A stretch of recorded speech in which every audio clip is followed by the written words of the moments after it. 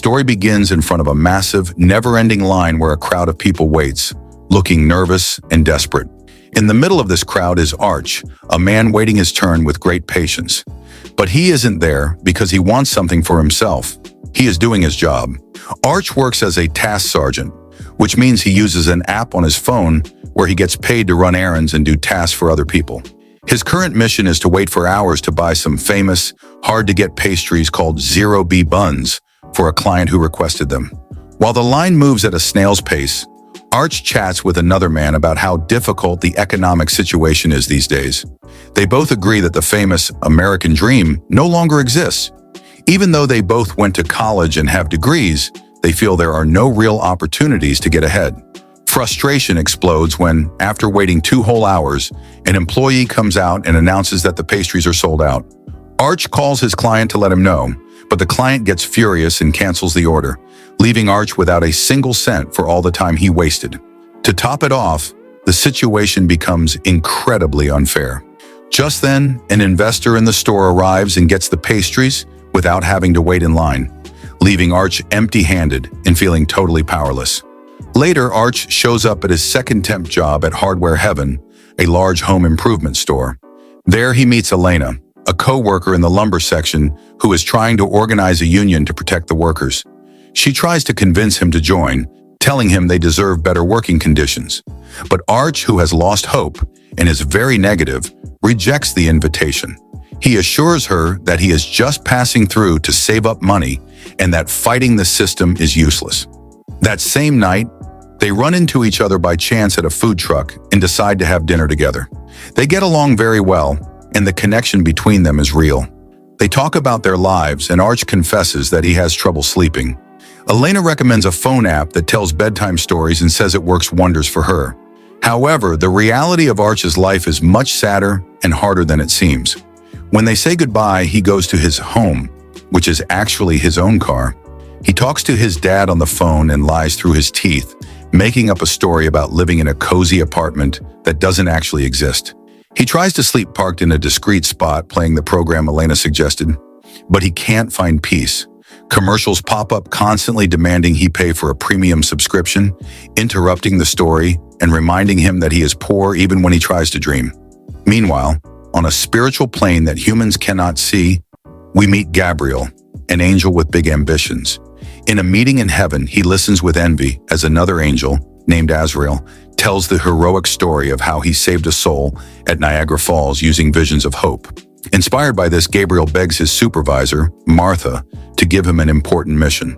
Martha, who is very practical, denies his request and reminds him of his boring current job, preventing people from texting while driving.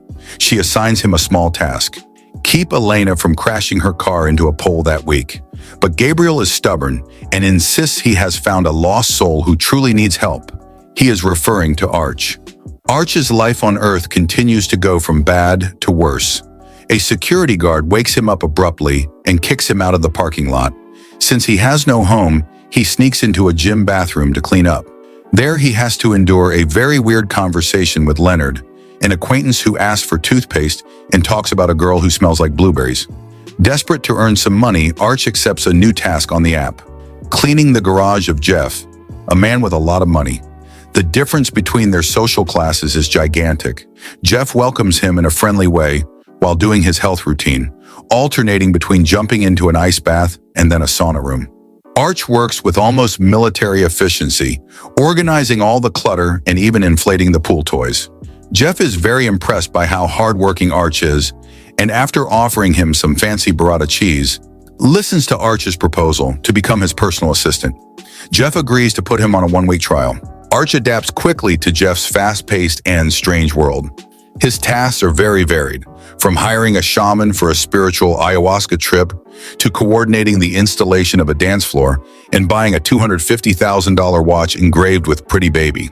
Jeff explains that his fortune comes from a venture capital firm that invests in new businesses, talking about his wealth as if it were no big deal.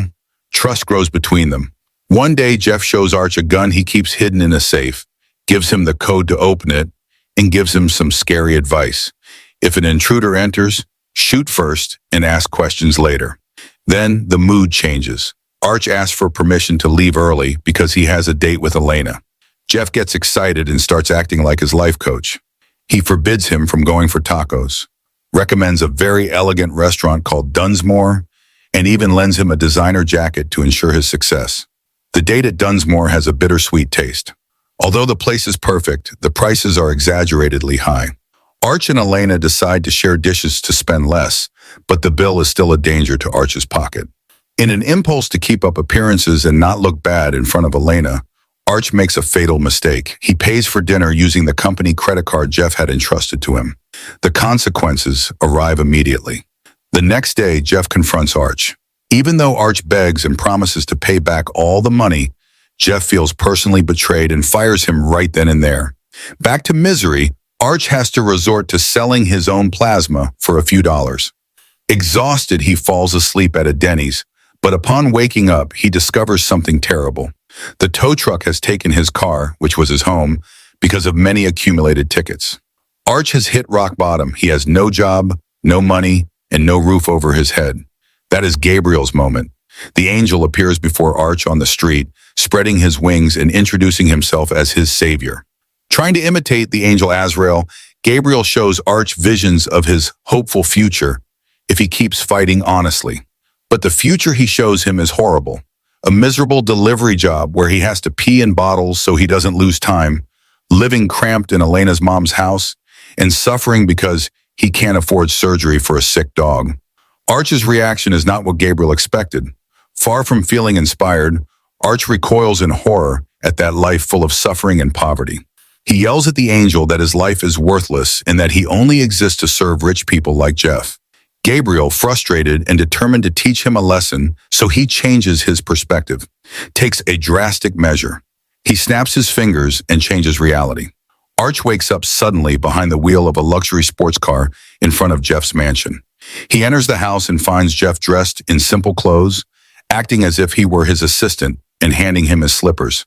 Gabriel appears, visible only to Arch, and explains what is happening. He has swapped their lives. Now Arch has all of Jeff's money and status, and Jeff is living Arch's daily struggle. The switch will last until Arch decides he wants to return to his old life. Dazed but fascinated, Arch explores his new reality. The mansion is now his.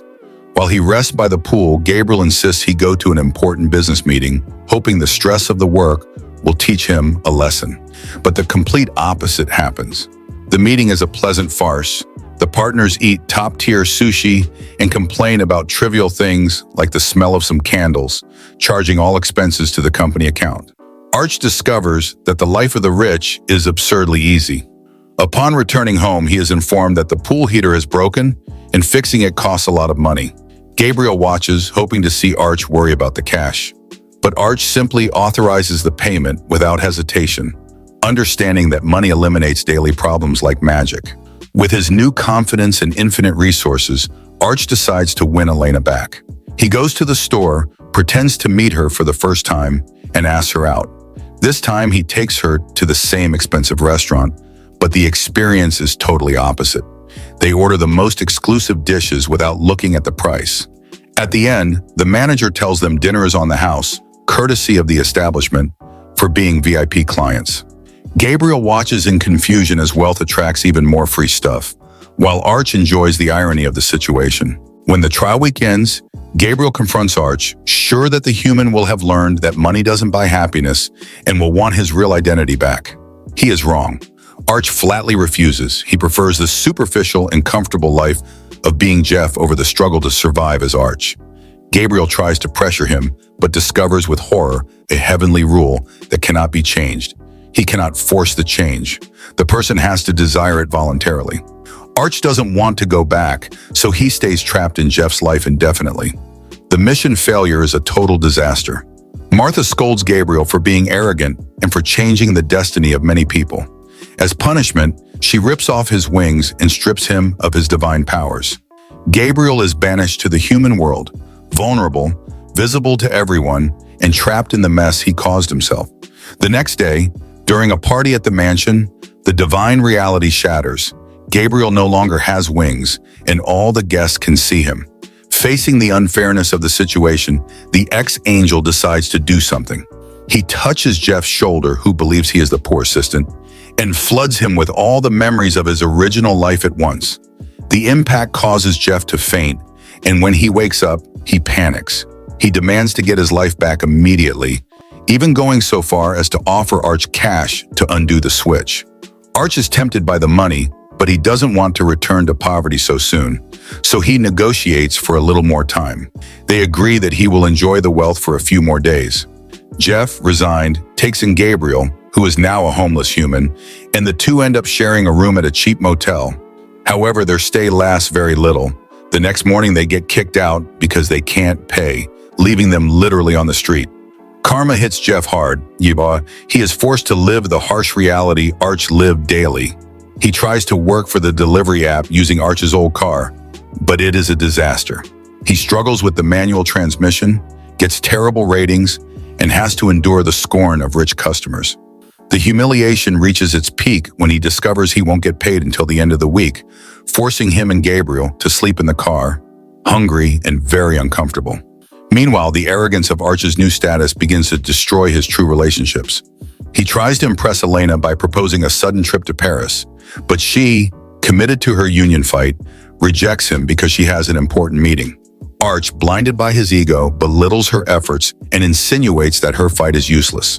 Disappointed by his lack of empathy and his change in attitude, Elena decides to distance herself from him. Upset and distracted, Arch makes the same mistake that almost cost him his life at the beginning of the story. He drives while texting. This time there is no guardian angel. He suffers a serious accident that leaves him in a coma. Gabriel receives the news of the accident and breaks it to Jeff with great sadness. Now they are trapped in that miserable reality until Arch wakes up and voluntarily decides to change his life. To make matters worse, Martha informs Gabriel that he is permanently fired until he resolves all this chaos. Gabriel begins to experience what it means to be fully human. He feels hunger and cold for the first time in his existence. Jeff teaches him how to eat, and the angel discovers the earthly pleasure of eating burgers and drinking milkshakes. But they need money urgently. Jeff tries to return to his old investment firm, but security guards forcibly remove him because they don't recognize who he is. With no other options, Gabriel gets a job washing dishes. His joy at receiving his first paycheck comes crashing down when he sees how much was taken out for taxes, leaving him barely enough to survive. Weeks later, Arch wakes up from the coma. Jeff, receiving a delivery notification at Arch's old address, realizes he has returned. Jeff rushes to his old mansion, anxious to get his life back. However, the encounter is very frustrating. Arch pretends not to recognize him, saying he has convenient amnesia and short-term memory loss caused by the accident. He even hands him a medical pamphlet to justify his act, leaving them trapped in misery indefinitely. Desperate, Jeff demands to speak to some higher authority, but Gabriel confesses that he no longer has bosses. He is now a mere mortal who smokes to deal with stress. Far from giving up, Jeff encourages Gabriel to fight to get his wings back. Inspired, Gabriel deduces that all the chaos started when he failed his mission with Elena. He concludes that if he manages to help her, maybe everyone's fate will be fixed. With renewed purpose, Gabriel crashes Elena's union meeting. He delivers a passionate speech about how money should be used to enjoy life, mentioning chicken, nuggets, and milkshakes. But when he honestly admits he doesn't work there, security kicks him out. The effort is useless. The union loses the vote, and Elena is devastated. That night, Gabriel drowns his sorrows at a bar. His co-worker, Felipe, tries to cheer him up and takes him dancing. On the dance floor, a daily miracle occurs. Felipe introduces his wife, who turns out to be the same woman Gabriel saved from an accident at the beginning of the story. Seeing her alive and happy, Gabriel understands that his actions did have a positive impact, restoring hope in himself. At the same time, Jeff's life as a delivery driver hits rock bottom. He is fired and replaced by automated delivery robots. On his way out, he discovers that the tow truck has taken the car due to accumulated tickets, repeating exactly the same cycle of misfortune that Arch lived. Fed up and knowing that his birthday is being celebrated at the mansion that night, Jeff decides to sneak into the party to steal his own luxury watches, trusting that Arch's alleged amnesia will protect him. The party is in full swing, but Arch feels strangely empty, surrounded by so much luxury. Elena, who is working as a waitress at the event, approaches him when the guests have left.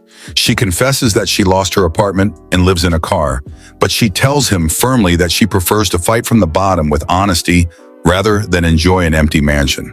Her words resonate in Arch's head, making him question the value of the life he stole. Taking advantage of the distraction, Jeff sneaks into the master bedroom to open the safe. Arch hears noises and, thinking it's a burglar, grabs the gun and shoots without hesitation, ironically following the advice Jeff himself gave him days ago. The bullet wounds Jeff in the leg.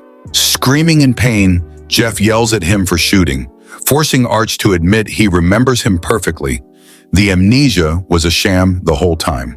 At the hospital, the truth comes out. Arch confesses that he lied because his real life is too hard. But now, seeing the damage he has caused, he is willing to change. However, Gabriel explains that the swap cannot happen yet. Even if Arch feels guilty, deep down he still believes his original life is worthless. And without that sincere conviction, the magic won't work. With no other options, the three end up living together in the mansion while they wait for Arch to find that hope. An unusual friendship forms. They share the sauna, eat tacos, and go out dancing. Gabriel confesses that he loves being human and experiencing friendship. In the midst of this, Martha appears to Gabriel and reveals a final lesson. Sometimes a lost soul doesn't need magic to be saved, but simply a friend by their side. Finally, Arch has a revelation. He realizes that he prefers to be himself with his real struggles and affections than to be someone else. He tells Gabriel that he is grateful he was his angel and states with certainty that he wants to see where his own path takes him. At that instant, the magic takes effect. Arch blinks and finds himself back in the parking lot, in his original body and life, while Jeff wakes up in his mansion, restored but transformed. Jeff, having lived the desperation of the working class, uses his power to demand better pay for delivery drivers and halt automation. For his part, Arch reconciles with his reality. He talks honestly with his father and decides to quit the temp jobs to pursue his true passion, editing documentaries. The story ends with a symbolic gesture. Arch leaves a lonely taco on a table, and it lifts into the air and vanishes, a sign that Gabriel has regained his wings and continues watching over him from the invisible, enjoying his favorite food.